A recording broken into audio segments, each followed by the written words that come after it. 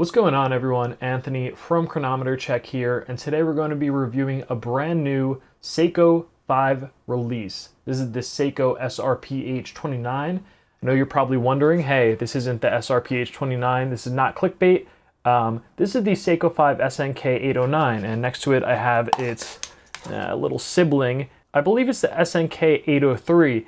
And the reason for this is because the new SRPH line of watches are very, very closely inspired, and I think that'll be very, very evident very quickly when we do actually go ahead and unbox it in a second. So why don't we go ahead and do that and get right into it. So very, very simple. Okay, that's quite the unboxing experience.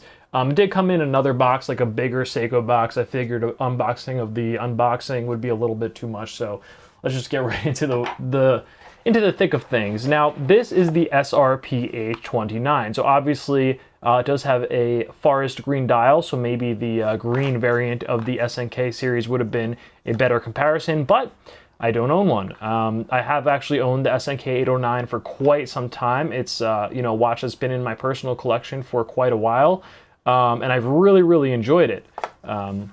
It was actually one of my first automatic watches ever. So when I did see that the SRPH29 came out, it really did intrigue me because, of course, it's very, very similar, if not directly based on, a watch that I've grown to wear and bond with and love greatly over time. So I did want to give a bit of a comparison. Now, right off the bat, you'll notice there are a couple of very, very distinct differences about this watch. And the one that stuck out to me personally, like right off the bat, was the fact that the case is no longer satin finished or sandblasted, whichever you prefer to call it. The case on the previous SNK models clearly have this very distinct sandblasted finish, which I loved. I think that's something that really set this watch apart from even other affordable pilot watches, even more expensive pilot watches. It's a much more unique finish that is harder to come by, and because of that, I think it kind of gave this watch something special. Whereas I think the new brushed finish on the SRPH series is just a little bit more typical. You see brushed watches all the time. And that kind of goes into what I believe Seiko's overall strategy was with this new line of watches, and all the watches in the Seiko 5 lineup that they are kind of refreshing. This watch really kind of made me realize that Seiko is going for a different demographic. With these entry-level Seiko 5 watches that they are refreshing. Previously, they refreshed the Seiko SKX sort of into the Seiko 5 Sports Divers. They refreshed some Seiko 5 Field watches. Now this is the Pilot watch. And what I'm kind of discovering as Seiko refreshes and releases more and more different refreshes of the Seiko 5s, that they're kind of going for, instead of the sort of watch enthusiast with these watches, it seems they're going for more the general public. Someone who may have heard of mechanical watches, they might just want a really cool watch that's not too expensive. They might want a cool automatic watch that's not expensive. So where do they look? Previously in the past, they might have looked at things like Invicta or some fashion watches, because that's what's at the forefront, kind of marketed towards them and advertised, and that's kind of like what they have to work with. Sometimes that's all people know. But with these watches, I think that Seiko is really kind of tailoring them to that demographic, and I think they're doing a really good job in terms of like crowd pleasing a bit. And I know that word kind of has a bit of a negative connotation, but I don't think that's always a bad thing. Now, take it back to this watch a little bit more specifically. So you see a couple of more key differences between the previous SNK lineup and the new SRPH. Obviously the dial design is very, very similar, if not almost spot on, with a few key differences, like the new Seiko 5 Sports logo at the top at the 12 o'clock position, the new automatic text and script, which is consistent with all the new Seiko 5 Sports. Personally, I'm not a fan, especially on a pilot watch like this. I think this watch is a little too tooly, a little bit too rugged. It kind of has that rugged look, and then that script automatic kind of throws it off a little bit. But on the other hand, there are some innovations on this watch that I do really appreciate, like for example at the 12, 3, 6, and 9 o'clock positions, how it now has a contrasting orange hour marker. It just adds a little bit of extra visual interest. It adds something different. It helps you orientate the watch when it's on your wrist. You know, you could easily tell where 12 o'clock is. Of course, the little triangle at 12 also does assist with that. And even better, take it a step up a notch, the contrasting orange hour markers are also accentuated by the accented painted secondhand tip, which is also in the same orange. Now, if we take a look at the previous SNK models, and we'll go ahead and use the SNK809 for reference here, we notice that at the second hand, the end of the second hand, it's also painted, right? It's painted red, but you see here, it doesn't quite go all the way to the end of the inner hour marker ring. Whereas if you take a look at the SRPH29, you'll see how the second hand just meets where that hour marker ring is. And it just kind of, that is a very, very little detail that in my opinion shows that Seiko is paying attention to detail, because that's something that's very, very minor. It's a minor change, but it makes the watch a lot more aesthetically pleasing in my opinion. Now, aside from that, there are a couple of other hugely distinct design characteristics. For one, the case itself, as we mentioned, it is brushed. It is also a little bit beefier. Let's see if we can get you a comparison. Now, as you can see, the SNK809 on the top has a NATO strap, so here's a bit of a comparison in thickness between the two watches. Now, I believe the previous SNK models come in at about between 11 and 12, whereas the new models will come in at just over 13 millimeters, so quite a bit more substantial. You're gonna feel it a lot more on the wrist, which actually the size of this one is something that I actually enjoyed quite a bit about it. You know, you could throw it on the wrist, it kind of disappears. You're moving your wrist around, it doesn't bother you, it's not intrusive, doesn't get in the way.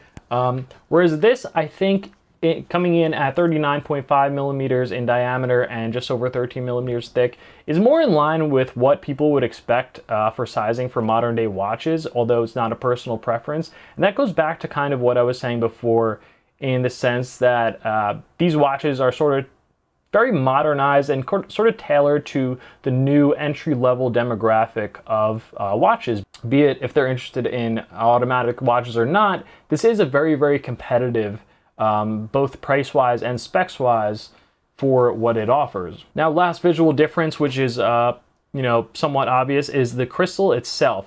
And this is actually one of the huge flaws that I find about this watch. It actually has a slightly, ever so slightly domed crystal, which is kind of interesting in some regard. You know, it does add some visual element to the watch that just say a straight crystal from the SNK series doesn't add. But on the other hand, it does offer a bit more glare and distortion than the SNK809 does. And that's a pretty big con for me. I mean, you want a watch like this, a pilot watch, right? It's made to be large, legible, very readable at a quick glance, but when you have to kind of rotate it when it's on your wrist because the crystal kind of gets in the way, that's sort of a design problem to me. It's something that could easily be mitigated. Seiko did also use a very similar crystal in their recent field watches, so it might be a thing where they're just trying to make it work, but personally, not the biggest fan. And the final, I know I've said this a couple of times, final design cue that's a little different is actually the minute hands. We'll do a little bit of side-by-side. Now you see the minute hands on the left are kind of diamond shaped, whereas the ones on the right are a little bit more sword shaped. Now I much prefer the hands on the left. I think they're a little bit undersized, but that kind of goes along with the sizing, this more classical 37mm sizing of the watch. But specifically the painting, you know, I love that it was just all painted white, whereas the ones on the SRPH29 are white in the middle with lume, but not white throughout. And I think that's just one of those things that goes back to, hey, this kind of looks like almost every other entry-level watch these days. Whereas I still feel very strongly about the SNK809 in that even though I have many other watches in my collection, this is still one that I like to keep and like to wear because it does offer something different with the second hands, the satin case, the small classical sizing, etc. Whereas this watch, the SRPH series, kind of just looks like every other watch. Now, that's not to say that's bad. That's not to say that, you know, we don't want it to look like a good standard watch. But from a watch collector's perspective, where, you know, I have quite a few watches, I do appreciate when Seiko kind of does stuff a little bit outside the norm. One of the final things I want to note about this watch in terms of upgrades is actually quite substantial, and that is actually under the hood. You know, it's looking past the aesthetic differences, it's actually the movement itself, which is now a 4R36 movement with hacking and hand winding. That means, yes, you can wind it up by winding the crown. The action feels really good, very, very smooth. You can also pull out the crown. You can also pull out the crown to stop the second hand. So it does have hacking for precise timing, whereas the SNK models did have a 7S26 movement that did not have hacking nor hand winding. So big upgrade there. Really happy they did implement that. I'm not sure if that had anything to do with the increased thickness or that was more of a visual design choice, but either way, I am glad that they implemented it. Oh, and look at those drilled lug holes. That is pretty awesome. Little side note there. And one of the last differences about this watch is that it actually comes on a different type of strap. Previously, the SNK series came on some NATOs. Previously, the SNK series came on some canvas straps, kind of like this one here, in all sorts of different colors. It was not a bad strap by any means, especially as far as Seiko goes. I think that the contrasting Cordura strap that comes on the new SRPH series is just much more robust. It feels much sturdier. You know, it feels like a strap that I would go ahead and buy for maybe 20, 30 bucks anyway, and would have thrown it on one of my watches. So it feels like it's a strap that's good enough that I wouldn't need to immediately scrap it like I might have to with some other cheaper Seiko 5 straps that I have received in the past. So let's go ahead and throw it on the wrist to wrap up this little unboxing and first impressions. Now, here's the watch on my 7-inch wrist. Yes, I will take the tag off. To be honest, I will probably end up selling this watch just because the green is cool, not really my color, but it's okay. I still want to review it. The contrasting strap and seeing it on the tail end is actually really cool. Yes, I know my keeper is under there. Anyway, here it is on my 7-inch wrist. As you can see, it fits perfectly. It's like sizable without being too small and without being too big. And it is a 39.5 millimeters, is a very, very average size that would fit greatly on just about any wrist. So I think this is a watch that if you are in the market for a really solid looking pilot watch that doesn't do anything crazy, it doesn't look, you know, anything out of the norm, people would see this and not really bat an eye. But at the same time, it's a very well built and very good looking piece. I think it's a great buy, especially for the price. If you are looking for something unique to add to your collection, something that stands out, maybe you have a bunch of other watches already, I'm not sure this is the watch for you. I think it just kind of, to me, it's sort of more of the same, but it does more of the same very, very well for a very reasonable price. So that's me, that's my opinion. I like the watch. I don't love it. I prefer some of the other Seiko 5 remakes Seiko's been doing, you know, some of the Seiko Presage line, etc. That's to say this isn't necessarily the watch for me, but that doesn't mean it's a bad watch by any means. Now, with that said, I will have the links to all these watches that we have spoke about in the description below, and I will also wear this watch for a bit to be able to do a more in-depth hands-on review in the future, so you could look forward to that. And with that said, don't forget to like and subscribe if you haven't already. We really appreciate having you on board. Thanks as always for watching. Let me know in the comments below what you think about this watch, Seiko's new Seiko 5 offerings, and talk to you next time.